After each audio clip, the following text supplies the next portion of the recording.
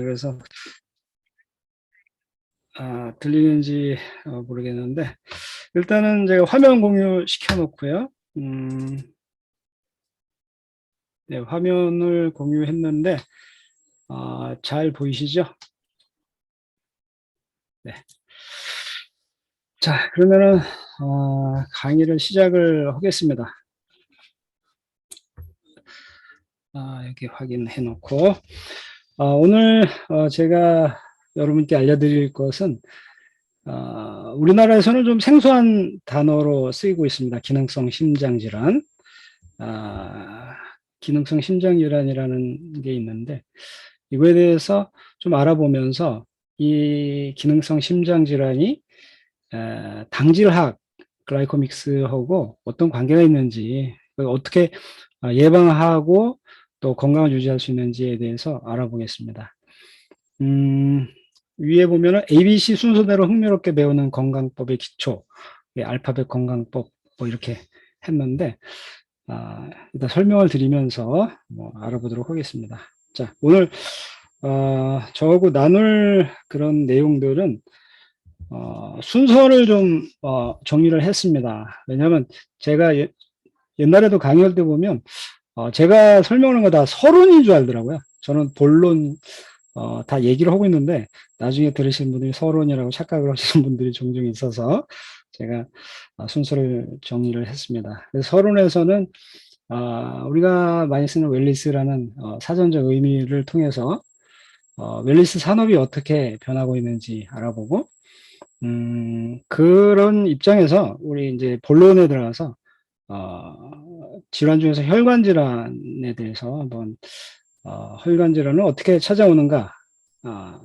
뭐 대부분 혈관 질환을 하면 뭐 심장마비나 뭐 뇌졸중 이런 것이 생각이 날 겁니다. 그래서 그 혈관 질환의 심장마비, 심장마비도 이제 용어는 뭐 그 어택이 있고 어레스트가 있는데 이거 구분을 좀 해보면서 이해를 좀 하고 그런 심장 질환 그 관리는 기능성 심장 질환부터 알고 예방하자 하는 내용으로 말씀을 드리겠습니다. 심장을 강화시키는 주요 요인들이 있는데 먼저는 이제 그 심장을 다스리는 신경계에 관계되는 거, 그것은 이제 척추골격계 밸런스인데 그거 하고 두 번째는 이제 그 심장을 정상 기능을 발휘할 수 있도록 해주는 것은 영양소죠.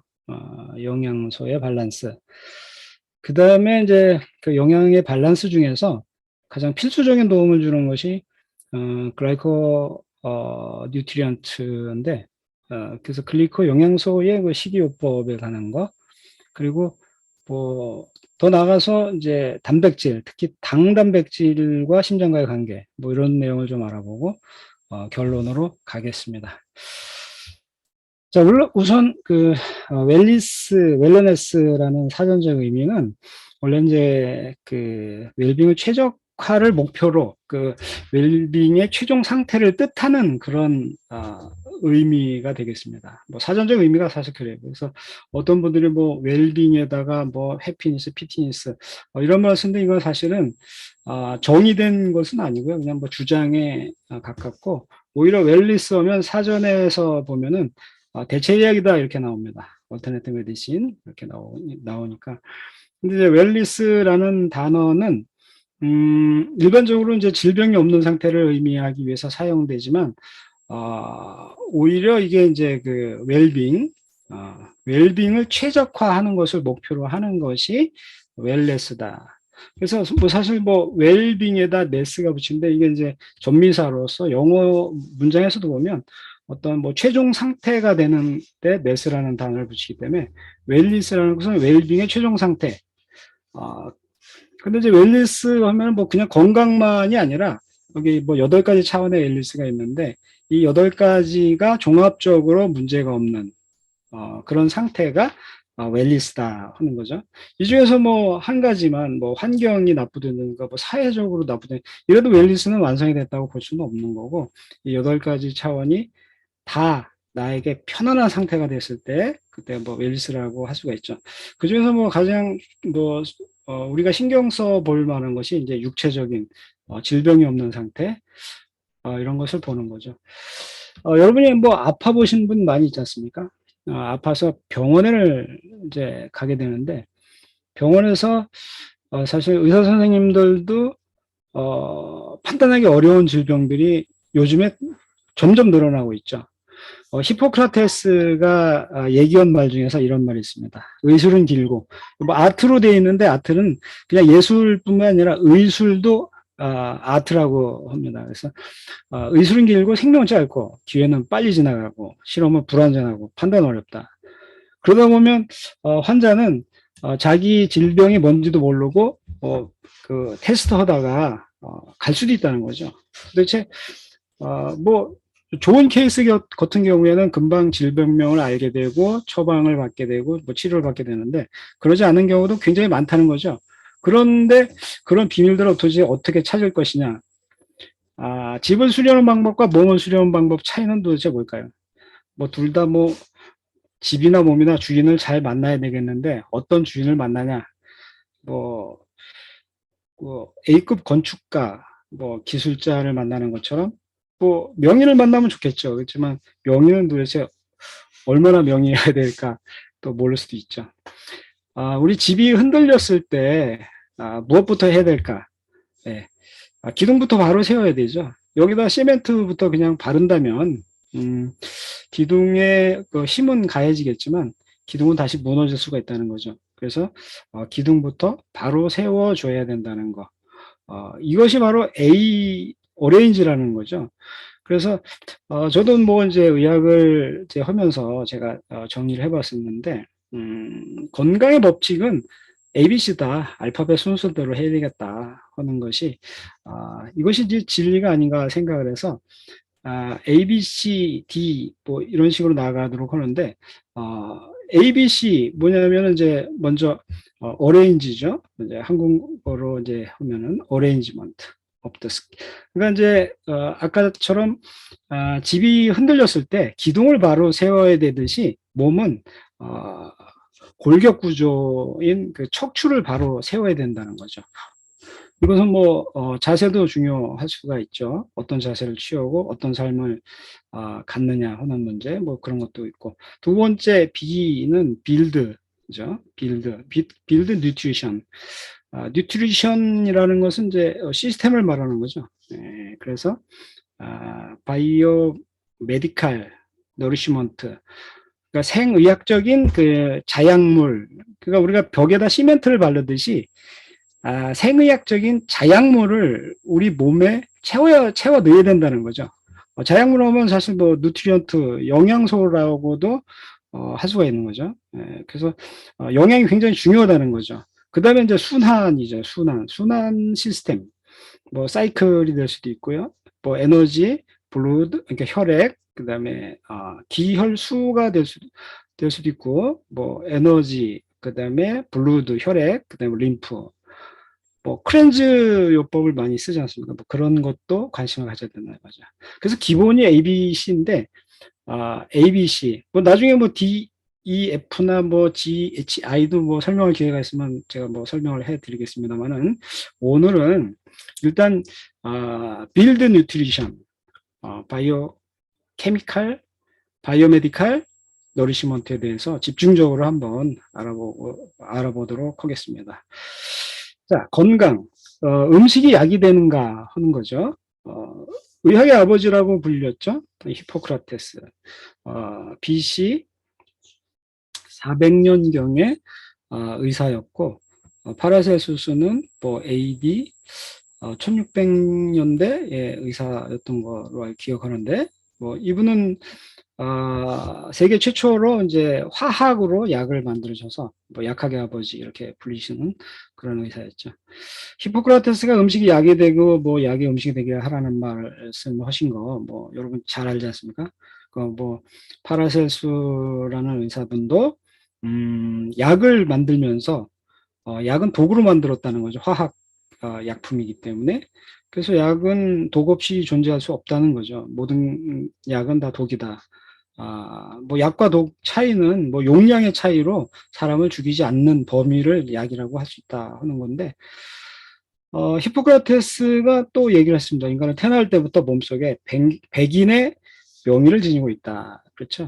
예.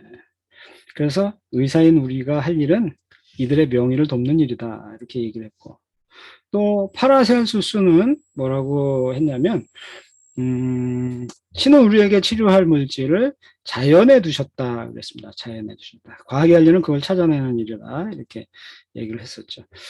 자, 영양의학이라는 말은 원래 사전에 없습니다. 요거는 제가 뭐 학교에서 가리키면서 제가 정의를 했던 것인데, 영양의학이라는 거, 신체를 구성하는 것이 바로 영양이죠. 그 영양의 올바른 균형을 유지하도록 영양 상태를 점검해서 부족한 영양을 맞춰주는 거, 영양소를 찾아주는 거죠. 영양소를 찾아줌으로써 건강 유지와 질병을 회복시켜주는 의학 대체 웰니스가 바로 영양의학이다. 이게 아마 사전에 그대로 올라갔으면 좋겠습니다. 저도. 네. 자, 요즘에 이제 뜨는 게 이제 통합의학이죠. 통합의학. 통합의학의 스펙트럼을 한번 보면, 통합의학 이제 기존의 저 정통의학이라고 하는 것들은 이제 요 정도의 범위에 들어가죠. 예, 요 정도의 범위 들어가고, 뭐, 그런데 이제 뭐 정신과 의학 분야가 있지 않습니까? 그래서 심신의학, 뭐, 이런 데가 이제 심리학 정도가 이제 포함이 되고, 이렇게 이제 포함이 됐었죠. 그런데 이 대체의학 분야는, 사실, 서양에서는 이게 인정이 돼서 통합의학인데, 특히 이제 한국에서는 대체의학이면 어디 사이드 의학이라고 이제 약간 뭐 그렇게 되는 경우가 있죠. 그렇지만 여기에 보면 중요한 요법이 있습니다. 그렇죠? 다른 뭐 요법도 있지만 영양요법, 자연요법, 이것이 대체의학의 뭐 주를 이루기도 하는데, 이 영양요법 굉장히 중요하지 않습니까? 여러분들이 만나신 메나테크도 영양요법의 선봉에 있는 그런 영양소를 취급하는 회사죠. 네. 자, 21세기 건강관리 산업과 그 환경을 한번 보겠습니다. 전 세계에서 약 1,750만 명이 그 CBDS, 그 심혈관 질환으로 사망을 합니다. 그 중에서 뭐 한 31%, 그러니까 전 세계 사망자의 한 31%가 된다고 해요. 전 세계에서도 사망 순위는 이제 2위가 되죠. 이런 사망자 중에서 85%가 심장마비나 뇌졸중으로 사망한다는 거죠. 이 85% 중에서 51%는 뇌졸중으로 사망하고, 나머지 45% 관상동맥이나 뭐 동맥 심장질환으로 사망을 하게 되는데, 심혈관 질환의 16.5%가 치료받지 않은 고혈압으로 사망한다는 거죠. 치료만 받으면 충분히 살 수 있었는데도 치료를 받지 못해서 사망하는 그런 경우가 있다는 거죠. 그런데 이게 치료받지 못하는 것이 자신도 모르는 사이에 어떻게 치료받아야 될지를 몰라서 사망하는 경우도 있다는 겁니다.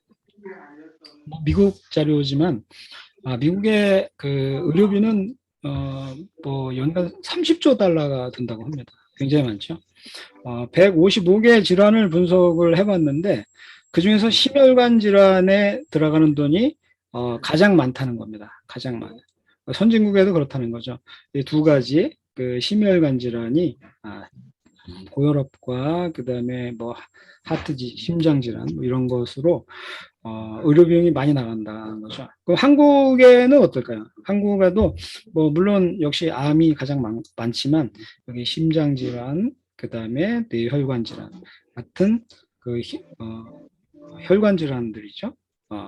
이런 것도 볼 때 우리나라도 뭐 낙관적이지 않다는 거죠. 뭐 우리나라도 뭐 이미 선진국 대열에 있지만 우리나라도 그 2, 3위를 다투는 그 혈관 질환에 엄청난 비용이 들어가고 있습니다. 근 10조 정도의 그죠? 10조 정도의 그 예산이 들어가고 있다 하는 겁니다. 그래서 이런 것이 남의 일이 아니라 나의 일일 수도 있고 뭐 내 지인의 일일 수도 있는데 자주 볼 수 있습니다. 평소에 관리만 잘하면 뭐 돈도 절약할 수 있고 건강하게도 살 수가 있다는 거죠. 그러면 이런 혈관 질환들이 어떻게 이제 오게 되느냐? 뭐 여러분도 뭐 다 아실 겁니다. 그렇죠? 심장에 뭐 가장 동맥이 막혀서 그렇죠? 이렇게 막혀서 대부분 이제 그 심혈관 질환이 오는 거고 또 스트로크, 뭐 뇌졸중 역시도 아 이거는 이제 허혈성이라고 그러죠. 허혈성. 허혈성. 그러니까 혈관이 약하다는 거죠. 혈관이 약하다 보니까 혈관으로 그 혈액 공급이 안 되는 거죠. 혈액 공급이 안 되니까 산소도 이제 가지 못해서 산소가 가지 못하니까 혈관이 죽으면서 따라서 뇌세포가 죽는 거죠. 그래서 허혈성으로 해서 요렇게 해서 이제 죽어서 굳기 때문에 이제 경색이라고 했습니다. 뇌경색. 네. 그다음에 이제 요거는 이제 압력에 의해서 터지는 거죠. 압력에 의해서 터지는데 이게 이제 뭐 혈압이 뭐 고혈압이 일 경우에 이제 이런 일이 생기는데 고혈압도 뭐 현대의학은 뭐 이게 뭐 그게 주장하기 어려운데 대체의학에서는 뇌에만 고혈압이 생기는 경우도 있어요. 네, 이따가 이제 또 슬라이드에서 계속 보시면 제가 말씀드린 것이 이해가 가실 건데 뇌에만 고혈압이 생길 수도 있다는 거죠. 그러니까 혈압을 팔에다 재봤을 때는 정상인데 뇌에만 혈압이 생겨서 이런 경우가 발생할 수도 있다는 거죠. 근데 이게 터지는 부분도 잘 생각해 보면 여러분도 뭐 고무호수나 뭐 이렇게 보지 않습니까? 어디가 터지겠습니까? 가장 약한 부분이 터지죠. 그 약한 부분은 또 왜 약해졌을까? 그걸 생각해 보면 좋습니다. 뭐 혈관벽도 보면 이렇게 이제 막이 있는, 네, 이 막이 점액으로 생겨 있죠. 점액. 영어로 이제 뮤신이라고 그러는데 뮤코사 프로테인. 그러니까 점액 단백질이라는 거죠. 근데 이 뮤코사 프로테인이라는 말은 이것은 또 글라이코 프로테인이라는 말이랑 같은 말이 되는 거죠. 당 단백질이라는 거죠. 이것은 당층이라는 거죠. 당층. 이거는 뭐 전문 용어로 하면 이제 글라이코 칼릭스라고 하는데 글라이코 칼릭스 사이에는 글리칸, 뭐 여러분이 당사슬 하는 얘기, 뭐 이런 것이 이제 들어있어서 혈구가 미끄럽게 이게 정상적인 데는 안 터지죠. 이게 뭐 뇌혈관도 정상적이면 안 터지는데 이게 어딘가 부분이 이게 약해진다는 거죠. 약해져서 뇌출혈이 발생할 수 있다 하는 거죠. 자, 심장발작이나 뇌졸중의 작용 원인은 대부분 이러한 생활 습관 때문에 그 다음에 오는 이 까마귀시로 되어 있는 부분에 이런 것이 오게 되죠. 이러한 위험 요소들이 복합적으로 작용을 해서 심장발작이나 뭐 뇌졸중이 찾아온다고 볼 수가 있습니다. 위험 요소들이 그 외에도 뭐 더 산재해 있습니다. 혈압이 상승한다는 거, 뭐 혈당, 그다음에 혈중 지질, 뭐 이런 것이 상승한다는 거고 그런 거를 해서 뭐 과체중이나 뭐 비만이 오는 그런 중간적인 위험 요소들이 심장 발작도 일으키고 뇌졸중이나 심부전, 기타 합병증 등 전체적인 그런 합병증 위험 요소를 증가시키고 있다고 볼 수가 있습니다. 심혈관 질환의 증상은 보면 뇌졸중부터 한번 알아보면 뇌졸중의 증상은 대부분 한쪽으로 오겠습니까? 양쪽으로 오겠습니까? 한쪽으로 오게 됩니다. 우선은 뭐 정신이 혼란해지고요. 말하기 어려워지고 말도 이해하기 어려워지고 단어 발음을 제대로 못하고 또 한쪽 눈 또는 이럴 때는 뭐 양쪽 눈으로도 올 수도 있지만 대부분 한쪽 눈으로 해서 한쪽 눈이 뭐 감긴다든가 또 그 한쪽 눈이 정지가 되면서 사물이 더블 비전으로 복시 현상으로 보인다든가 또 어지럽게 보인다든가 하는 거, 그다음에 보행 장애가 온다든가, 뭐 균형을 현기증이나 뭐 이런 것을 읽기 때문에 뭐 균형 상실이 오겠죠, 그죠? 그다음에 심한 두통이 올 수도 있고 뭐 졸도나 무의식증 이런 것도 동반할 수 있다는 거죠. 이렇게 뇌졸중이 오면은 어떤 전조 증상이 있죠. 징조, 뭐 동양의학, 한의학에서 뭐 징조라고 하는데 전조 증세가 있죠. 전조 증세. 이때 뇌졸중이 오면 굉장히 우리가 빨리 대처해야 되지 않습니까? 그래서 be fast, 영어로 be fast, 이것을 기억을 하시면 좋습니다. be fast의 B는 밸런스인데요. 내 몸에 밸런스가 안 맞다. 아니면 상대방이 보면 자꾸 옆으로 쓰러지려고 하더라. 이런 것을 보면 된다는 거죠. 발의 밸런스를 뭐 우선 서 있는 발이 균형을 잡지 못한다는 거야. 그 다음에 눈을 보면 이는 이제 눈인데, 눈도 한쪽 눈이 더 찌그러지는 현상이 나타나는 것을 또 볼 수 있어요. 평상시에도 한쪽 눈이 약간 적으신 분들은 마일드 스트로크의 그 약간 오는 스트로크이죠. 마일드 스트로크 그런 것을 경험할 수도 있습니다. 세 번째 이제 페스트에서 페이스인데, F는 페이스인데 얼굴이 일그러져요. 그러니까 이제 우리 말로 이제 구완화사라고도 있어요. 구완화사. 네. 이런 형식으로 해서 그 한쪽 얼굴이 이렇게 찌그러져서 마비가 되는, 뭐 영어로 펠시라고 하는데 한국어로 이제 구안화사인가 그럴 겁니다. 그런 정도로 해서 얼굴이 일그러지는 짝짝이가 되는 이제 그런 거. 그다음에 뭐 A는 암 해갖고 팔을 이렇게 이제 이렇게 들어보면 이게 팔이 이제 한쪽이 이렇게 균형을 딱 맞춰보라면 못 맞추고 이렇게 한쪽이 떨어지는 경우가 있어요. 네, 그런 경우. 그다음에 스피치는 말을 하는데 단어를 정상적인 발음을 못해요. 예를 들어서 뭐 전조 증세 이렇게 얘기를 해야 되는데 뭐 이런 식으로 이렇게 한다는 거죠. 네, 그렇게 될 경우 이렇게 5가지 증상이 보여진다면 해야 될 게 뭐냐면 타임입니다. 이건 골든 타임인데 골든 타임, 뭐, 119를 불러야죠, 119. 그죠? 119를 불러서, 빨리.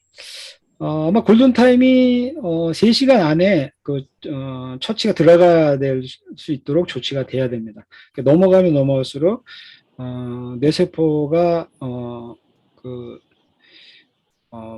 이제 죽기 시작하면은, 회복이 뭐 거의 불가능하기 때문에 그 안에, 의사의 처치에 들어갈 수 있도록 그 골든타임을 지켜주면 됩니다. 자, 두 번째는 뭐 심혈관 중에서 이제 우리가 가장 또 걱정이 되는 게 심장마비 증상인데, 심장마비 증상은 어디에서 뭐 느껴질까요? 이거 뭐 상식이지 않습니까? 그죠? 가슴 중앙에 통증이나 불편함을 느끼게 됩니다. 근데 팔이 아픈 경우도 있어요. 왼쪽 어깨가 아픈 경우도 있어요. 그러면 뭐 코로나 예방 주사 맞고 여기 아픈 거 그런 거 말고 주사 맞지 않았는데 왼쪽 어깨가 아프다든가 또 왼쪽 팔꿈치가 아프다든가 뭐 턱이 아프다든가 뭐 등에 통증이 온다든가 이런 경우가 있어요. 근데 이것은 이게 여러 가지 다른 뭐 카이로프락틱 의학이나 또 그 동양의학, 우리 한의학 있죠. 한의학, 중의학. 여기서 봐도, 심장경이라고 그러죠. 심장경. 12경맥에서 심장경. 심장경에서 보면, 심장의 그 첫 번째, 극천혈이라고 하는 게 있어요. 그러니까 하트 1번 포인트인데 이것을 이제 그 한의학에서 극천혈이라고 하는데 극천혈이 겨드랑이 밑에가 극천혈인데 그렇기 때문에 심장이 아프면 극천혈이 아픈 거거든요. 그러니까 이게 서양의학에서도 이게 그대로 맞아요. 그러니까 심장에 문제가 있으면 왼쪽 겨드랑이가 더 아파요. 왜냐하면 심장은 왼쪽에 있기 때문에 왼쪽 팔이 더 아프다는 거죠. 그러니까 왼쪽 극천혈이 아프니까 왼쪽 어깨가 아픈 거죠. 그 다음에, 이제, 심장경은, 겨드랑이에서 시작해서 이 안쪽으로 해서 이 팔꿈치로 내려가서 이 새끼손가락으로 내려가거든요. 그러다 보니까 그 라인에 걸리는 이 조인트의 팔꿈치가 같이 아프게 되는 거죠. 네. 그런 증상을 이렇게 느끼게 된다면, 이것은 심장마비의 전조 증상이다. 이렇게 볼 수가 있습니다. 가끔가다 호흡곤란이 오는 경우도 있고, 구토가 오는 경우도 있어요. 이유 없는 구토가 있을 때는 심장마비 전조 증상이라는 것을 또 좀 의심을 해봐야 될 필요도 있고요. 뭐 식은땀을 흘린다든가 오한이 있다든가 얼굴이 갑자기 창백해진다든가 그런 경우도 있습니다. 뭐 여성의 경우는 약간 뭐 다른 증상도 있습니다. 그 제가 요약했는데 슬라이드를 빼먹은 것 같습니다. 나중에 기회가 되면 설명드리고 심장마비를 한번 이제 구분해서 또 이해를 해보겠습니다. 하트 어택이라는 말이 있고 카디악 어레스트라는 말이 있습니다. 그래서 이건 이제 같은 심장마비라고도 할 수 있지만 약간 구분을 해서 쓰고 있는데 하트 어택은 이제 우리말로는 이제 심장 발작이라고 보는 거죠. 그다음에 카디악 어레스트는 이제 심정지 또는 뭐 심장 마비로 이제 해석이 되는 거죠. 근데 이제 가끔가다 이제 급성 심근경색증이라면 이거는 하트 어택에 해당이 되는 겁니다. 하트 어택. 하트 어택은 완전히 심장 마비가 된 상태는 아니라는 거예요. 그래서 의사 선생님들 가끔 뭐 차트에다 MI라고 쓰는 경우가 있어요. 마이오 카디알 인펙션이라고 할 거예요. 그래서 이렇게 표시됐다. 뭐 소견서나 이렇게 봤는데 MI라고 표시됐다. 그럼 내가 심근경색증이 왔구나. 이렇게 또 뭐 이해하셔도 될 것 같습니다. 뭐 영어로서 보는 뭐 차이를 좀 보면은 심근경색증이라는 그 하트 어택 이거는 이게 뭐 그림에서도 보시는 바와 같이 이렇게 이제 그 이 부분이 이제 그 뭐 동맥이 경화되든가 뭐 콜레스테롤이 뛰든가 해서 이렇게 이제 그 혈액은 뭐 현미경을 보면 사실 그냥 맹물처럼 생긴 것이 아니라 혈구라는 것들이 있지 않습니까? 백혈구, 적혈구 뭐 하는 혈구들. 근데 뭐 대부분 적혈구죠. 적혈구가 비행접시처럼 생겼습니다. 그러니까 뭐 옛날에 우리가 제사 지내고 할 때 그 저 동그란 사탕 왕 뭐 그런 사탕처럼 뭐 그렇게 생겨서 뭐 이렇게 생긴 비행접시처럼 생겨서 이런 것이 수없이 날아다니기 때문에 만약에 여기가 이렇게 돼 있으면 이게 이제 계속 그게 부딪히기 때문에 이제 해진다고 그러죠. 해져서 이렇게 이제 그 뭐 스카라는 뭐 조각을 만들어내고 나중에 이렇게 막힐 수가 있다는 거죠. 그렇게 해서 이제 심근경색증이 오는 거죠.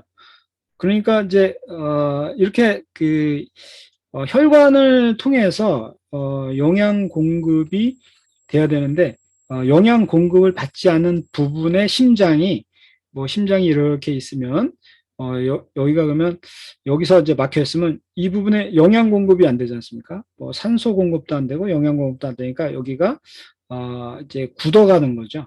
예, 굳어가기 시작하는데 이게 치료받지 않으면 이게 오래가면 오래갈수록 점점 더 위험해지는 거죠. 손상이 커지기 때문에.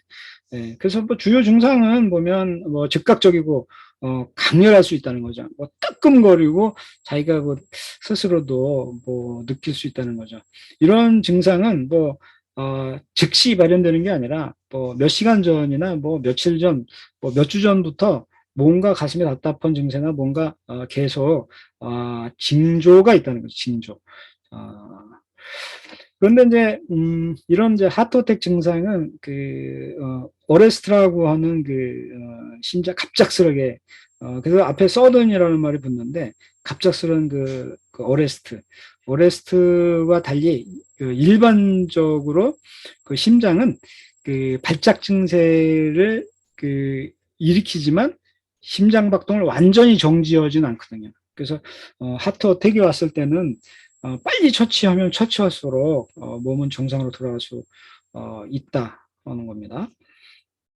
여성의 심장마비 증상 여기다 요약이 됐네요. 여성 뭐 참고적으로 보시면 남자와 좀 비슷하지만 여성은 이렇게 뭐 차이가 있다고 미국 심장협회에서 얘기를 합니다. 그래서 뭐 저도 뭐 이거 뭐 다 암기하고 그러진 않지만 뭐 그냥 참고 자료로 해서 이 정도 알아두고 여성은 뭐 남성보다 다른 일반적인 증상이 나타난다고 합니다. 특히 뭐 숨가쁨 증상이나 메스꺼움, 구토 등 또는 턱 통증을 경험할 수도 있다 하는 겁니다. 그래서 이런 증상이 평상시에 어디 뭐 그 불편한 증상이 없었는데 이런 증상이 나타난다면 심장에 어떤 문제가 있다 이렇게 보면 되죠. 이거를 뭐 우리가 이제 쉽게 알기 위해서는 뭐 화병이라고 하죠. 화병. 네, 화병. 이 화병이 시작된다고 이렇게 볼 수가 있습니다. 아, 자, 그러면 이제 어레스트에 대해서 한번 알아보면, 어레스트는 이제 심정지라고 부르는데 이제 급발성 심장마비 뭐 이렇게 얘기를 할 수가 있습니다. 이것은 뭐 예고 없이 갑자기 발생을 할 수가 있습니다. 갑자기 하다 보니까 서든이라는 말이 앞에 통상 영어에서는 이제 붙습니다. 그래서 지금 뭐그 지금 슬라이드 동영상에서 잠시 보셨듯이 심장의 각 부분이 이 그 판막 같은 것들이 이렇게 정상적으로 박동을 해줘야 되는데 이것이 박동을 제대로 못하지 않습니까? 그렇죠? 그렇게 되면 이거 이제 부정맥이라고 하면서 이거는 이게 전기작용이 오작동이 오는 겁니다. 이게 박동기가 심장에는 박동기라는 게 있는데 박동기라는 게 있는데 이 박동기가 제대로 작동을 안 해서 정상적인 패턴으로 신호를 주지를 못해서 이것이 이제 잘못 작용하는 거죠. 그러면 펌프질을 제대로 못하지 않습니까? 그죠? 네. 이렇게 되면 정말 몇 초 후에 뭐 의식을 잃을 수 있고, 맥박이 없어질 수도 있고, 이때 빨리 치료받지 않으면 뭐 몇 분 안에 사망을 하죠. 그래서, 심폐소생술이라는 걸 우리가 배우지 않습니까? 그죠? 네. 이럴 때 그런 것이 꼭 필요한 겁니다. 이 두 가지의 연관성이 있어요. 그래서 오레스트는 사실 그 하트어택 후에 발생할 수도 있다는 거죠. 그러니까 늘 하트어택이 먼저 오고 그다음에 오레스트가 나중에 이제 올 수가 있다 하는 거죠. 그렇지만 뭐 오레스트가 뭐 하트어택 없이 그냥 바로 올 수도 있는 거니까 그렇지만 대부분 이제 그렇게 온다는 거죠. 아, 그래서 하트어택은 그러니까 심장 발작은 그 심장 마비의 위험을 증가시킨다 하는 거죠. 음, 뭐 그다음에 이제 그 심장마비가 발생하면 뭐 하트어택이 일반적인 원인이 될 수 있다. 음, 그렇지만 뭐 다른 심장 리듬의 방해 때문에도 뭐 어떤 그 어레스트가 오는 경우도 있으니까 뭐 단정 짓고 이제 하기는 어렵고 여기에는 뭐 여러 가지 그 질병들이 대부분 포함이 돼서 이렇게 그 이루어지고 있다 하는 거죠. 이 연관성이라는 것은 뭐 일단 뭐 하트 어택이 오면은 이게 이제 어레스트가 올 수가 있다. 그렇죠? 그 하트 어택, 그러니까, 심장 발작이 일어나는 것을 조기에 빨리 진단을, 할 필요가 있다는 거죠. 그래서 그 기능성으로 이상이 있는 그것을 우리가 먼저 발견해 줘야 된다는 겁니다. 기능성 심장질환 뭐 이렇게 얘기하면 뭐 사실 이것이 이제 뭐 미국부터 시작돼서 나온 얘기다 보니까 지금도 완전하게 뭐 정의가 되기는 어려운 것도 있어요. 뭐 물론 뭐 일반적인 정의는 해놨지만 그래서 아직도 그 명백한 징후나 증상을 수반하지도 않고 이렇게 오는 경우도 있기 때문에 이것을 뭐, 그 차별을 해서 뭐, 하기는 좀 어렵기는 하지만, 음, 많은 뭐 조건들이, 속도나 리듬의 교란을 야기하면서, 이러한 그 심장의 문제를 가지고 오고 있더라. 그래서 이제 이게, 기능성이다라고 뭐 얘기를 하게 되는 거죠. 죄송합니다. 그래서 이제 뭐 이런 것도 많은 치료 방법이나 뭐 이런 것을 연구를 많이 하고 있습니다. 그래서 이런 그 심장질환 관리는 기능성 심장질환 FHD부터 알고 예방을 해 나가는 것이 좋다 하는 겁니다.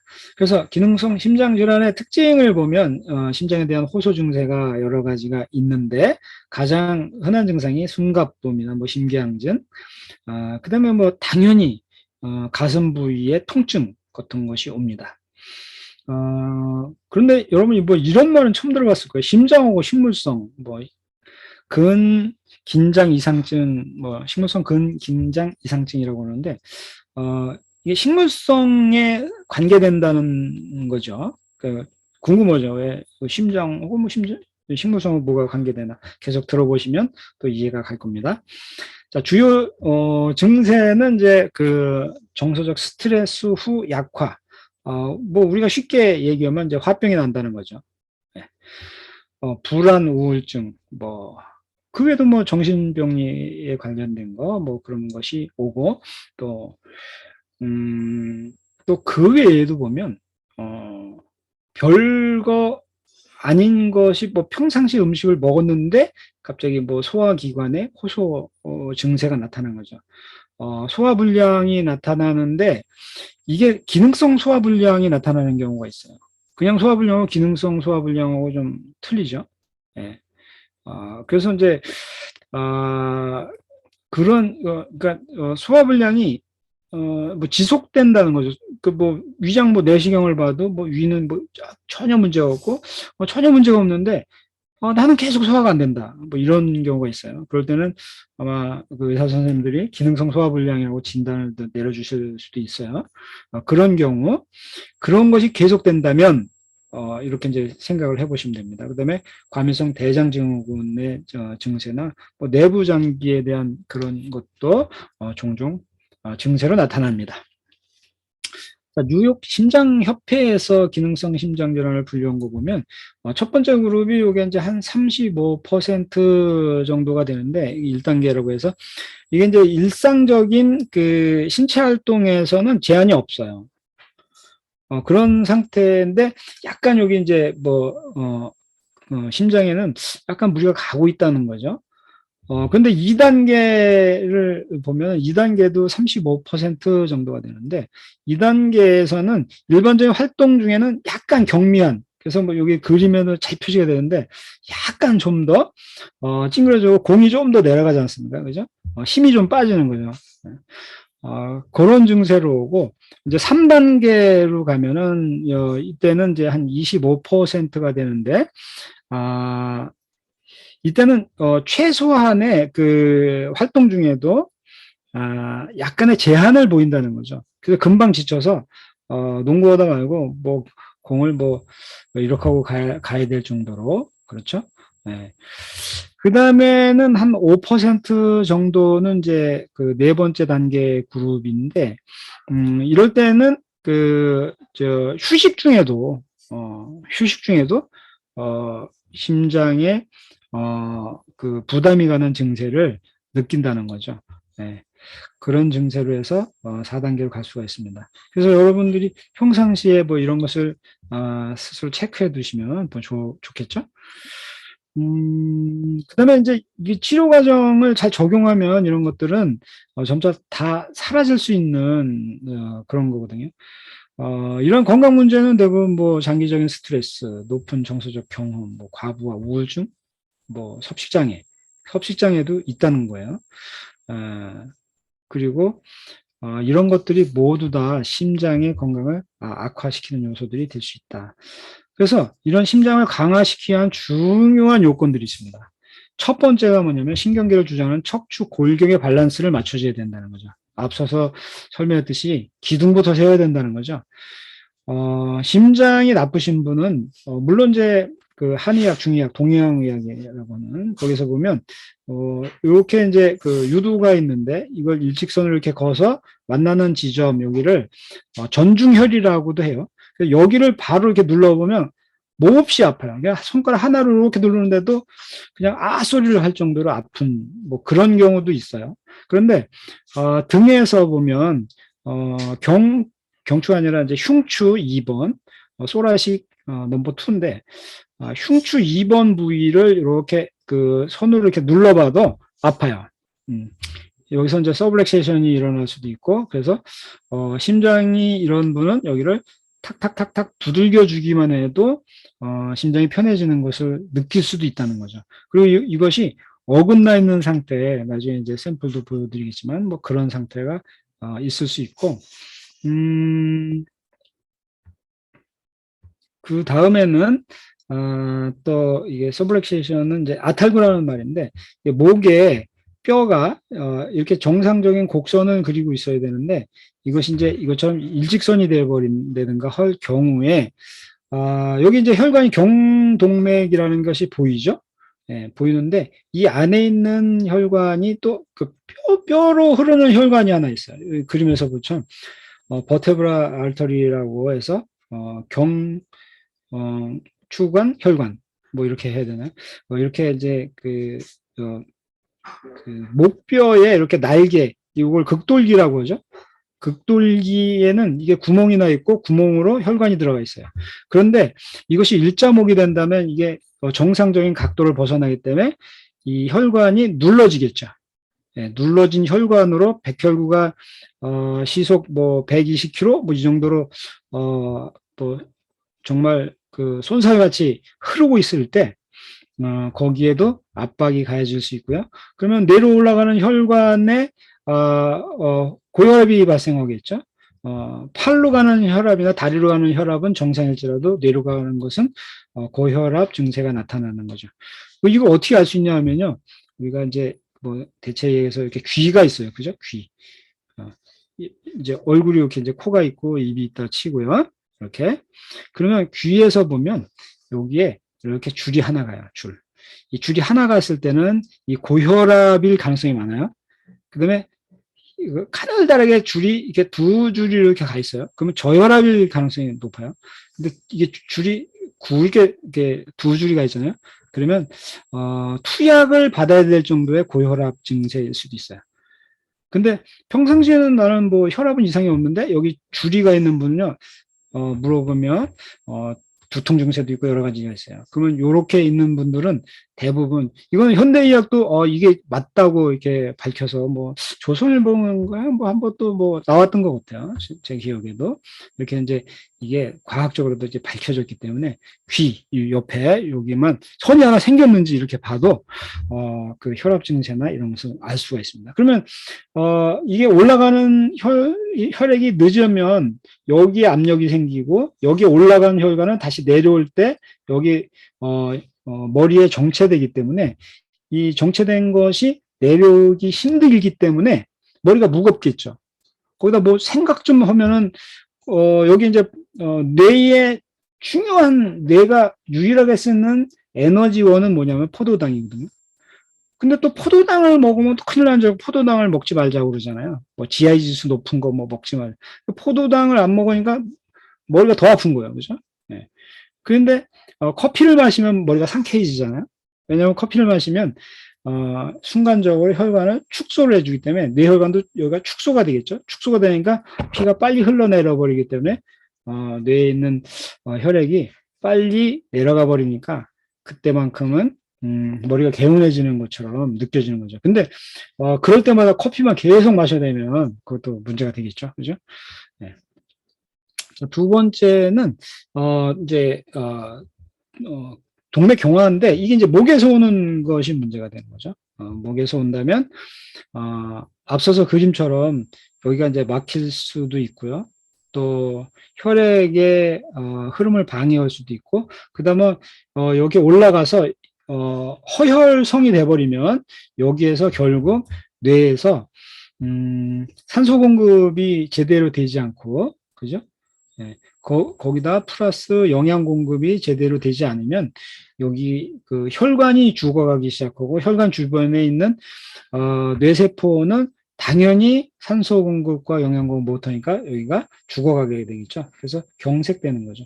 예, 딱딱해져 버리는 거죠. 예, 그래서 올 수가 있고 또 약해진 부분, 그렇죠? 약해진 부분이 터져서 이것은 출혈이 되는 거죠. 그래서 뇌출혈, 뇌경색 이렇게 올 수가 있는 거죠. 자, 두 번째는 이제 신체 정상 기능에 필요한 그 필수 영양소의 밸런스를 맞춰줘야 된다는 거죠. 자, 이거는 미국 NIH 국립보건원 산하의 미국 의학도서관인데 이 영어로 보니까 좀 답답하니까 제가 번역을 했습니다. 자, 미국 의학도서관에 있는 자료입니다. 여기에서 보면 심장을 구성하는 영양소 구성의 적절성을 의미하는 거죠. 우리 몸은 영양 밸런스가 부족한 만큼 그 이상 증세가 점차 증가한다. 이렇게 보고 있는 겁니다. 그래서 여기서도 보면 뭐 심혈관 질환이나 암의 예방을 위해서 비타민, 미네랄, 종합 비타민 보조제 이런 것을 사용해야 된다고 하고 이런 증거들을 계속 검토한다는 얘기를 여기서 하고 있습니다. 여러분도 이 자료 필요하시면 여기 미국 의학도서관 검색하셔서 뭐 자세히 읽어보셔도 좋을 것 같습니다. 시간이 없어서 다 볼 수는 없으니까. 그 다음에 아, 다른 식품이나 어떤 뭐 영양도 그 하트에 꼭 필요하다, 그 심장에 꼭 필요하다 하는 거죠. 이것도 좀 번역해서 보겠습니다. 심혈관 질환에 관련된 메커니즘의 야채. 아까 그 식물성이라는 그 식물성 어, 심장에 문제가 있다는 얘기를 아까 했었지 않습니까? 그죠? 그 심장의 기능을 돕는 영양소는 우리가 이제 뭐 붉은색 채소, 뭐 붉은색 식품 뭐 이렇게 많이 얘기를 하지 않습니까? 그래서 뭐 토마토니 뭐 비트 뭐 이런 거 얘기를 하는데 식품에서 살 수 있습니다. 그러나 그런 기능 외에 심장을 구성하는 원소는 그런 또 뭐 색깔만 의존하는 것이 아니라 뭐 단백질 도 굉장히 중요하다는 거죠. 그래서 얘기하는 것은 뭐 그런 것을 얘기를 합니다. 단백질, 그다음에 단백질에 결합된 당, 예. 그런 것들도 굉장히 중요하다는 얘기를 여기서 하고 있습니다. 제가 다 읽어봤습니다. 읽어봐서 그다음에 그리고 거기서 그 당들이 전기 신호와 자기장을 만들어내는데 굉장히 중요한 성분들이다 하는 거죠. 제가 지금 드릴 말씀 그런 그 단백질에 결합된 당, 그죠? 단백질에 결합된 당이 무슨 신호를 주냐? 전기 신호를 준다는 거야. 전기 신호. 네. 그러니까 이것이 결핍이 되니까 앞서처럼 전기 신호를 주지 못해서 부정맥 같은 것이 일어난다는 그러한 기초 연구가 되는 거죠. 그런 자료들이 미국에서는 아주 중요한 자료로 보관이 되고 있습니다. 자, 전 세계적으로요. 그러면 과일과 야채 섭취량이 부족해서 심장병으로 죽는 사람이 진짜 있느냐? 이것을 미국에서 한번 연구조사를 한 적이 있습니다. 자, 충분하지 않은 과일의 섭취. 그래서 사망하는 사람들이 얼마나 있는지를 또 지도로 나타낸 것이 재미있게 뭐 흥미롭게 나와 있어요. 그래서 과일 섭취가 부족해서 심혈관으로 죽는 사람이 약 180만 명이더라 하는 거죠. 근데 여기 보면은요, 여기 뭐 아시아권이 많이 있어요. 그죠? 많이 있어요. 이 180명 중에서 130만 명은 뇌졸중으로 사망하고 50만 명은 심장 관상 동맥 질환으로 사망을 했더라는 거죠. 자, 그건 이제 과일뿐만 아니라 채소 섭취도 그래요. 채소 섭취는 보면은 오히려 부자 나라들이 채소를 잘 안 먹네요. 그죠? 네. 그런 것 같아요. 그래갖고 채소를 섭취 안 해서 사망한 사람이 100만 명 정도가 된다는 거죠. 그 중에 20만 명이 뇌졸중, 80만 명이 관상동맥 질환으로 사망을 했다 하는 거죠. 그러니까 과일이나 채소를 어떻게 생각해야 될까요? 이거는 그냥 뭐 섬유소를 먹는다, 뭐 개념, 뭐 바이오틱을 먹는다, 그죠? 섬유질은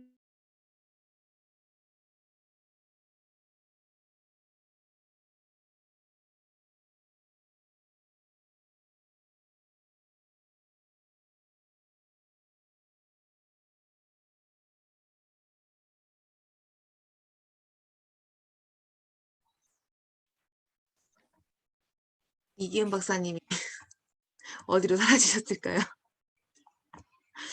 제가 볼 때 지금 배터리가 음소거가 됐어요. 없으셔서 음소거. 음소거요? 예.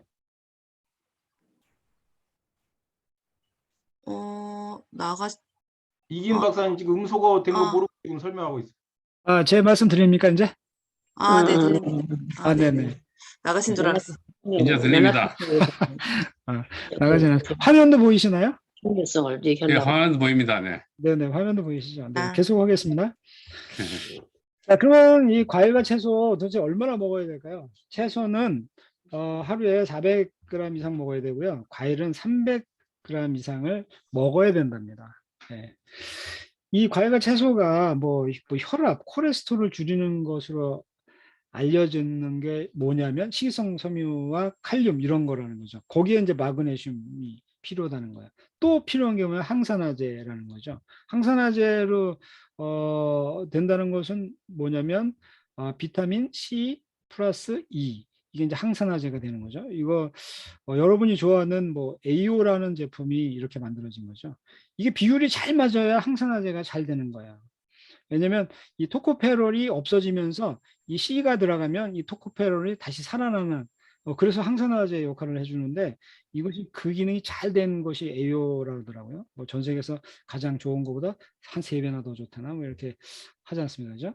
굉장히 좋은 거. 그 다음에 이제 페놀류 뭐 이런 것이 야채에 있기 때문에 과일과 야채에 있기 때문에 이거 꼭 먹어줘야 된다는 거죠.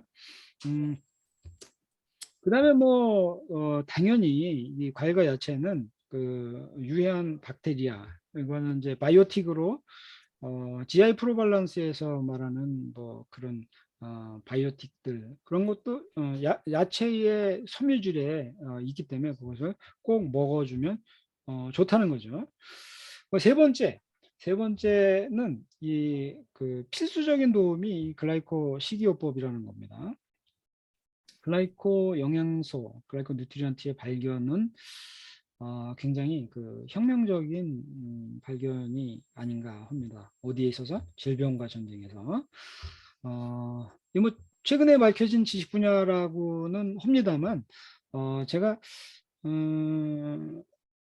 제가 그 2000년, 1999년도인가 그 경기대학교 대체의학 대학원에서 연구를 할 때 그때도 사실 그 팔당이라는 존재가 있었어요. 이게 뭐 그때는 글리코 영양소라는 말은 안 하고 팔당 여덟 가지 당이다 해갖고 지금도 뭐 옛날 자료를 갖고 있는데 보니까 이때도 슬라이드로 저도 배웠던 흔적이 있더라고요. 근데 뭐 중요하게 생각을 안 했었죠 그때도. 근데 이제 최근에 이제 그 하퍼의 생화학 교과서에서 있는 것이 점차 그 교육돼지면서 이것이 새로운 분야로 이제 인식이 돼가고 있는 건데 이게 이제 왜 그러냐면 세포가 통신을 하고 있다는 것을 알았는데 세포가 뭐 단백질과 단백질이 세포는 뭐 통상 단백질로 생각을 해왔지 않습니까? 세포 구성체가 단백질이니까. 그런데 단백질과 단백질이 어떻게 통신할까라는 것은 규명되지 못했었거든요.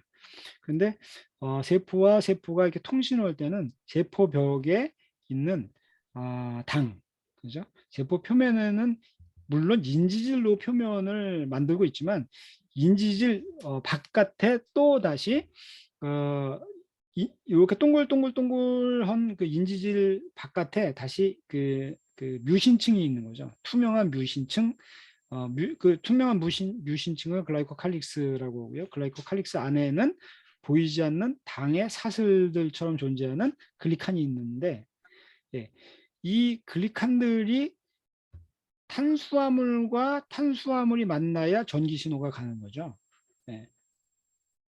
오렌지에다 옛날에 그 전구를 꽂아서 실험을 해본 적이 있던 거 기억이 나실 겁니다. 그런 식으로 탄수화물과 탄수화물이 있어야 이 전기가 통한다는 거죠. 그런 것을 알게 된 거죠. 그러면서 이게 그 글라이코 뉴트리언트가 세포 간의 통신을 돕는다는 것을 이제 화학적으로 또 과학적으로 의학적으로 이제 밝혀지게 된 거죠. 그것이 노화 과정을 늦추기도 한다는 거죠. 왜냐하면 당연히 그런 노화 과정을 이것들이 정상 과정으로 만들어 주니까 노화도 정상 노화를 가져온다는 거죠. 급속 노화를 방지한다는 거죠. 이런 거는 뭐 단순하게 그렇게 그 뭐 어떤 특정 질병에만 있는 것이 아니라 만성 피로나 암, 천식, 당뇨병, 뭐 요로 감염, 신장병, 뭐 등등등등 이런데 개선을 보여준다 이렇게 돼 있는데요. 제가 뭐 예전에 정말 궁금해서 이게 몇 가지 질병과 글라이콘 뉴트리언트가 그 이게 관여가 되나 그거 한번 제가 쉬어본 적 있어요. 근데 한 525가지 질병과 관련이 있었더라고요. 그다음 이제 뭐 그 이후에는 제가 더 이상 뭐 조사를 안 해봐서 모르겠는데 굉장히 많은 질병과 글라이콜 뉴트리언트가 연관된 논문이나 문서들이 존재한다는 거예요. 그래서 그 질병마다 다 헤아려 봤더니 한 500여 가지가 넘더라고요. 지금은 뭐 더 많을 수도 있고 더 찾아냈을 수 있으니까 그렇다는 거죠. 그다음에 이 글라이콜 뉴트리언트는 이제 병원에서 이제 화학요법을 하죠. 키모테라피라고도 하는데 이제 화학요법을 하시는 분들, 뭐 수술하시는 분들, 방사선 치료하시는 분들 이런 분들이 함께 사용하면 부작용을 줄여준다고 이렇게 돼 있어요. 뭐 실험에서도 많이 나왔고 뭐 외국 논문에는 뭐 이런 것들이 많이 또 나와 있더라고요. 그래서 이런 치료법을 단독으로 시행하는 것보다 훨씬 더 빠르게 치료가 되더라 하는 거죠. 그래서 글라이콜 뉴트리언트가 어떤 것을 바로 치료를 해주는 것이 아니라 치료가 될 수 있도록 사람은 그 히포크라테스가 얘기했죠. 자연 치유력을 주는 거죠. 백인의 의사가 몸속에 있다는 백인의 명의가 자연 치유력이라는 말이지 않습니까? 그 자연 치유력을 도와주는 그 영양소라는 거죠. 글리코 영양소가. 그렇기 때문에 그 이런 화학요법이나 뭐 수술 방사선을 했을 때 이것이 부작용 줄이고 더 빠르게 회복시키는 가장 필요한 영양소가 글리코 영양소다 하는 거죠. 그래서 질병을 역전시킬 수 있는 방법 중에 하나가 바로 글리코 영양소의 섭취가 될 수 있다 하는 겁니다. 그래서 이 많은 알 수도 없는 그런 질병, 그런 질병에 대처할 수 있는 아주 큰 희망을 불러 일으킨 것이 바로 글리코 영양소가 아닌가 이렇게 생각이 듭니다. 그런데 이 글리코 영양소는 말이죠. 치료 목적의 처방약이 아니라는 거죠. 약품과 식품의 차이. 약품은 독이라고 그랬어요. 그죠? 독이기 때문에 사람을 죽여요. 그렇죠? 치사량이 존재해요. 치사량이 존재하니까 이것은 공부를 시켜서 면허를 따게 해서 이 사람들이 통제하도록 법으로 만들어준 거예요. 사람을 죽일까 봐. 그래서 면허가 있어서 이 그 양을 조절해서 섭취할 수 있도록 하루에 몇 그램만 드세요. 하루에 3번만 드세요. 이렇게 이제 조절해 줄 수 있도록 해주는 거예요. 근데 식품은 독이 없어요. 치사량이 없어요. 많이 먹으면 배불러서 죽을 수도 있어요. 그렇지만 뭐 배불러서 죽는 건 말이 안 되죠. 그래서 식품은 독이 없기 때문에 면허가 필요 없어요. 이걸 뭐 많이 먹어라, 적게 먹어라, 뭐 얼마 먹어라, 그럴 필요가 없어요. 많이 먹으면 빨리 나을 수 있죠. 그죠? 예. 그렇지만 뭐 사실 이 식품은 약품보다 비싸. 이건 화학이고 이거는 뭐 대부분 천연이다 보니까 뭐 합성 영양제도 있지만 대부분 식품은 천연이다 보니까 제조 단가도 비싸고 뭐 비싸죠. 가공비도 비싸고 그 비싸잖아요. 그래서 뭐 사실 뭐 경제적으로 딱 합리적으로 먹기 위해서 미국에는 이제 MD라는 내추로파티 닥터라는 분야가 있어요. 그러니까 MD는 메디컬 닥터고 ND는 내추로파티 닥터, 자연의학, 영양 처방을 적절하게 경제적으로 맞춰서 먹을 수 있도록 처방해주는 뭐 그런 회사도 있는데 우리나라는 뭐 인정이 안 되는 의사죠. 그렇게 알고 계시면 될 것 같고. 그다음에 이제 당 단백질과 그 심장과의 관계, 뭐 시간이 많이 지난 것 같아요. 그래서 빨리빨리 좀 진행을 하겠습니다. 당 단백질의 기능 중에서 뭐 혈액에 관계된다는 말이 이렇게 나오는 거죠. 그래서 세포 간 커뮤니케이션을 이런 식으로 한다는 거예요. 뭐 이거는 이제 그 가상의 그림이에요. 실제 이렇게 이루어지지 않지만 이해를 돕기 위해서. 그리고 앞서 얘기했듯이 당 단백질이 전기 신호를 주는 시스템은 뭐 이런 식으로 해서 아까 설명드린 대로 돼가고 있죠. 근데 글라이코폼의 유무, 건강한 세포, 여기 보면 글라이코칼릭스 층이라고 돼 있죠. 글라이코칼릭스 층이 여기까지가 세포 표면에 이렇게 있는 거거든요. 여기 보면 글라이코칼리스 층의 안에 이렇게 사슬들이 있는 거, 이게 이제 글리칸이 되겠죠. 그런데 글라이코칼릭스가 말라버렸어. 없어요. 없으니까 글리칸들이 뚝뚝뚝뚝 떨어져 나가 버리죠. 자, 그러면 여기가 저 점막, 이게 이제 글라이코칼릭스가 점막이라고 그랬잖아요. 그죠? 점막 단백질, 유코사 프로테인. 그죠? 이것이 없으니까 여기에 공간이 생기는 거죠. 이건 뭐 장누수 뭐 이런 걸 수도 있고요. 이러다 보니까 여기에 뭐 그 음식물이나 이런 것이 정상적으로 이렇게 흡수돼야 되는데 비정상적으로 흡수되니까 병균 같은 것이 들어오면 인펙션이 돼, 그러니까 감염이 되고 뭐 세포가 죽고 그러겠죠.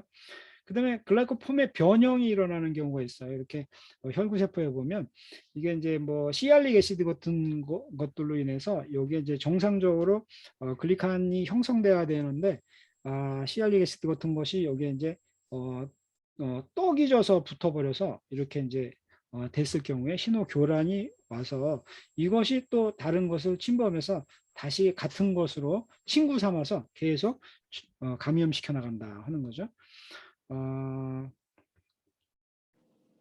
그래서 뭐 이 글리칸에는 이렇게 뭐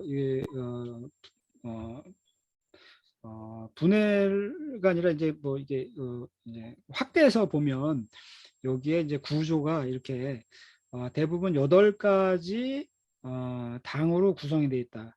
근데 뭐 하버의 생활교과서는 8가지 이상으로 이렇게 돼 있다고 하는데, 어떤 교과서에 새로 나온 교과서는 뭐 11가지에서 뭐 13가지 정도가 또 발견됐다고도 하긴 해요. 그렇지만 일반적인 세포에는 대부분 뭐 8가지로 형성돼 있다 해서 이 정도의 것을 우리가 이제 글라이코 뉴트리언트라고 얘기를 하는 거죠. 그다음 심장질환과 단백질 관계도 보면 여기 뭐 심근 수축의 구조 단백질의 이상이 뭐 이런 걸로 해서 오고 있다 하는 것이 이제 밝혀지고 있고요. 다 이거 뭐 생화학 교과서에 다 있어요. 뭐 여러분이 좋아하시는 하퍼의 생화학 교과서 거기도 찾아보시면 이 내용도 뭐 대부분 다 들어 있습니다. 여기다 보면 뭐 유전되는 심장 근육병에도 그 원인들이 단백질 코딩으로 올 수 있다 하는 거죠. 그래서 심근 수축에 관여하는 단백질은 뭐 이런 것들이 있다는 거예요. 그렇죠? 그것이 대표적인 사례가 뭐 가족 비대증성 심근병증 뭐 이런 것들을 유발을 한다 하는 겁니다.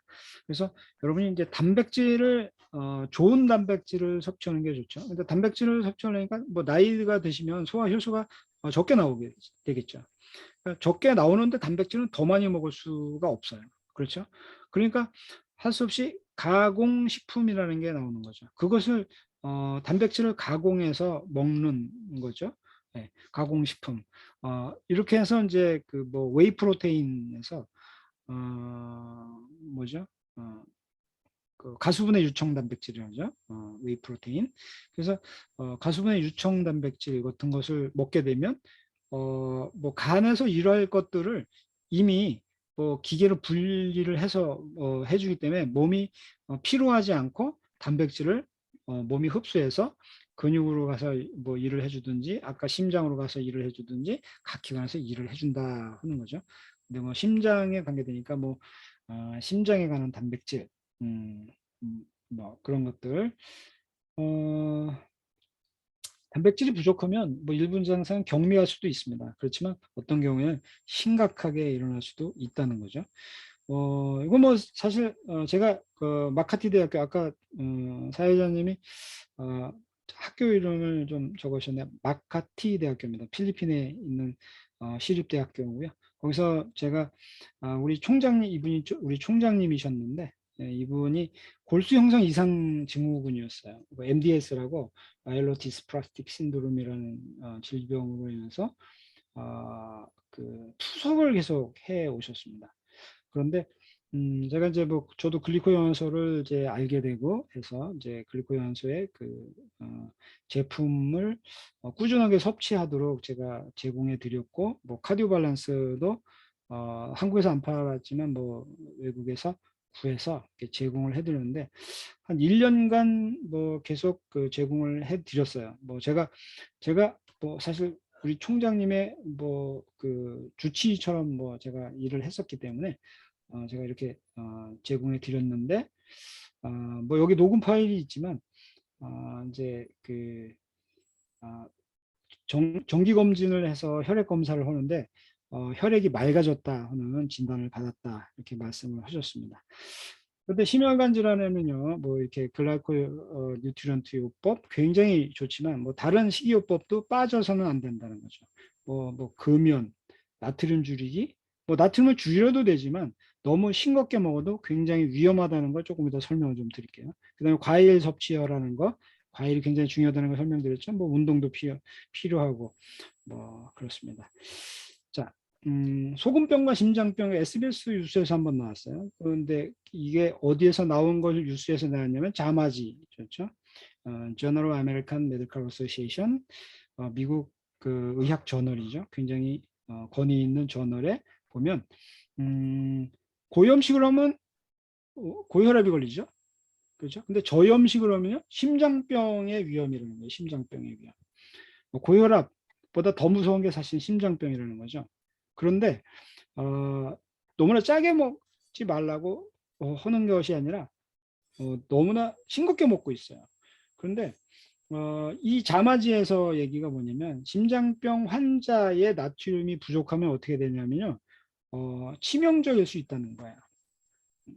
치명적일 수 있다는 거.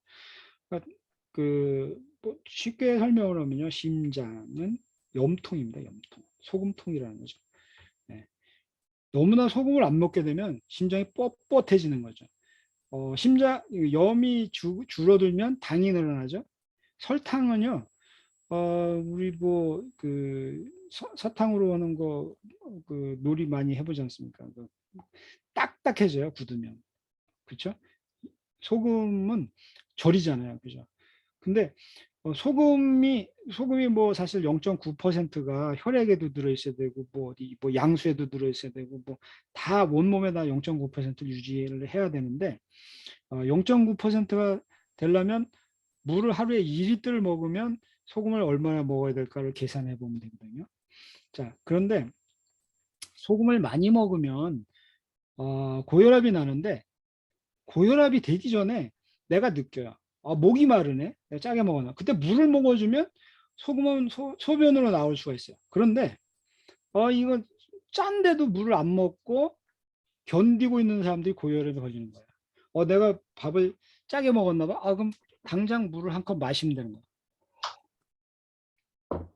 몸은 항상성이 있어서 희석을 다 시켜주거든요. 그리고 소변으로 배출해 주는데, 그런데 무작정 소금을 안 먹게 되면은 어떤 일이 일어나냐면 심장병에 걸릴 수도 있다는 거죠. 그게 자마지에서 얘기를 하는 겁니다. 저도 그런데 현장에서 이런 사람을 많이 봤습니다. 여기에 이제 36세인데 하트 어택이 왔었죠. 그래서 ICU 그 중환자실에 들어갔었어요. 여기 환자 리스트에 보면. 근데 여기 어퍼백 페인이 있다고 그랬어요. 그리고 이 친구는 혈압이 뭐 굉장히 낮았어요. 근데 이 친구 집에 가서 너 소금통 어딨냐 했더니 여기 있더라고요. 부뚜막에 소금통이 있더라고요. 필리핀의 사람인데 부뚜막에 소금도 넣어야 짜지 않습니까? 근데 안 먹는다 하더라고요. 왜냐하면 심장병이 하트어택이 왔었기 때문에 소금을 절대 먹지 말라고 그랬대요. 그래서 아니다. 그러지 말고 소금을 좀 먹어라. 그리고 제가 한 숟갈을 타서 제가 먼저 먹고 나서 한 컵을 먹었어요. 저도 짜지만 먹었어요. 나 이상이 없네. 너도 좀 먹어봐라. 지금 먹고 있어요. 먹고 나서 혈압이 정상으로 돌아왔어요. 네. 그런 사례가 있어요. 자, 합성당을 먹지 말라는 거죠.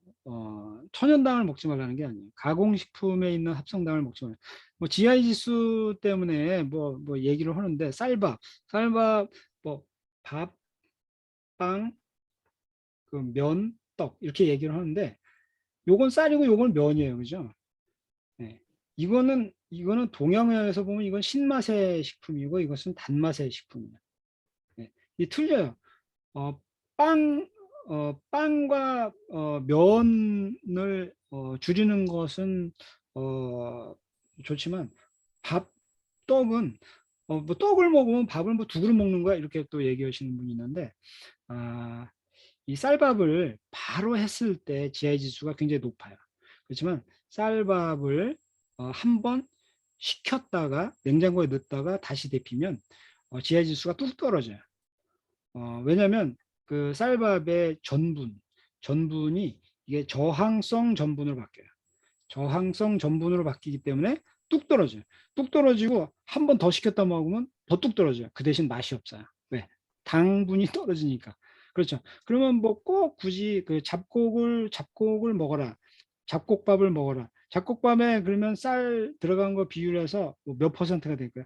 차라리 쌀밥을 했다 한번 전기 코드 뽑든지 냉장고에 넣었다가 식혔다 다시 데펴서 먹으면 GI 지수가 회복이 돼. 그러니까 쌀밥 먹는 거에 부담을 가질 필요도 사실 없죠. 쌀밥 먹으면서 차라리 뉴트리베이스 한 숟갈 먹는 것이 잡곡밥 먹는 것보다 훨씬 좋다는 거죠. 잡곡밥에 그 껍질에는 현미의 껍질에는 셀룰로스나 뭐 이런 층들이 있어서 그것을 소화시키기 위해서 위가 굉장히 힘들고 나중에 또 간도 힘들어지고 참 힘들어요.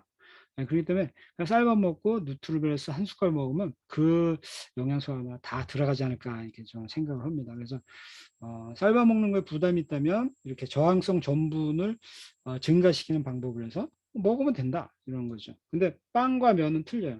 이것은 신맛을 내기 때문에 뭐 위산을 증가시킨다든가 하기 때문에 이런 것을 줄이고 쌀은 뭐 좀 줄이지 않아도 된다 이렇게 볼 수가 있습니다.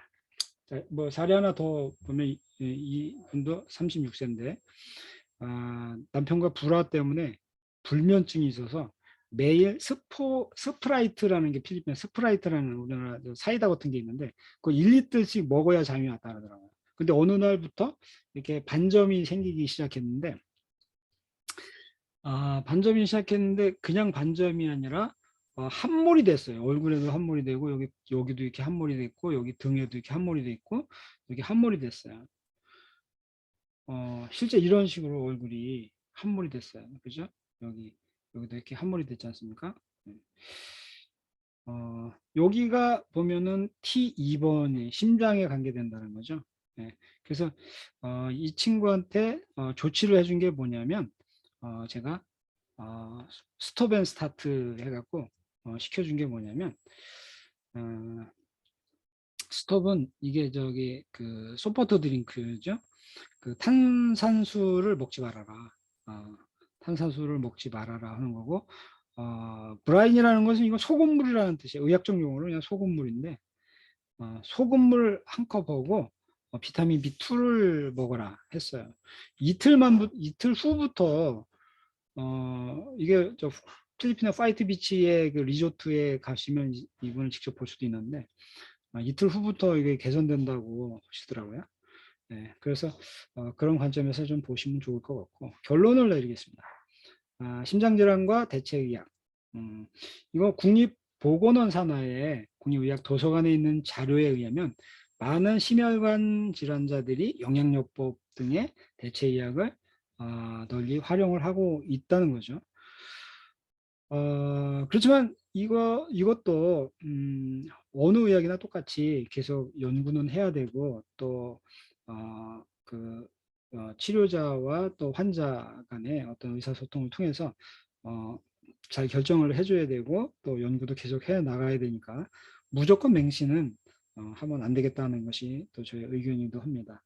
그래서 기능성 심장 예방의 필수는 이러한 영양 프로그램의 필수적인 부분도 굉장히 중요하고 심장 질환을 앓고 있는 사람들에게 이러한 그 영양 프로그램을 추가한다면 굉장히 그 합병증 예방이나 치유 과정에서도 큰 그 기대 효과를 가져올 수 있는 21세기 웰니스 산업의 주도적인 역할을 해 나가지 않을까 이렇게 생각이 듭니다. 보다 나온 치료 계획의 완성은 의사와 환자가 더 나은 것을 함께 보완해 나가고 또 대체할 것이 있으면 대체해서 또 증가하는 것과 그렇지 않은 것에 대해서 인식하고 치료 계획을 잘 결정해 나가서 하는 것이 무엇보다 중요하다고 생각이 듭니다. 예방의학의 트렌드는 영양의학이 이끌어 나갈 것이라고 저는 생각을 합니다. 병후 치료가 아니라 건강을 유지하는 웰니스, 여러분의 건강 지금부터 잘 지켜 나가시길 바랍니다. 지금까지 경청해 주셔서 감사합니다. 생각보다 조금 늦은 것 같습니다. 감사합니다. 주 박사님 질문이 있습니다. 네네. 여기 나오는데요. 제가 당이 조금 있거든요.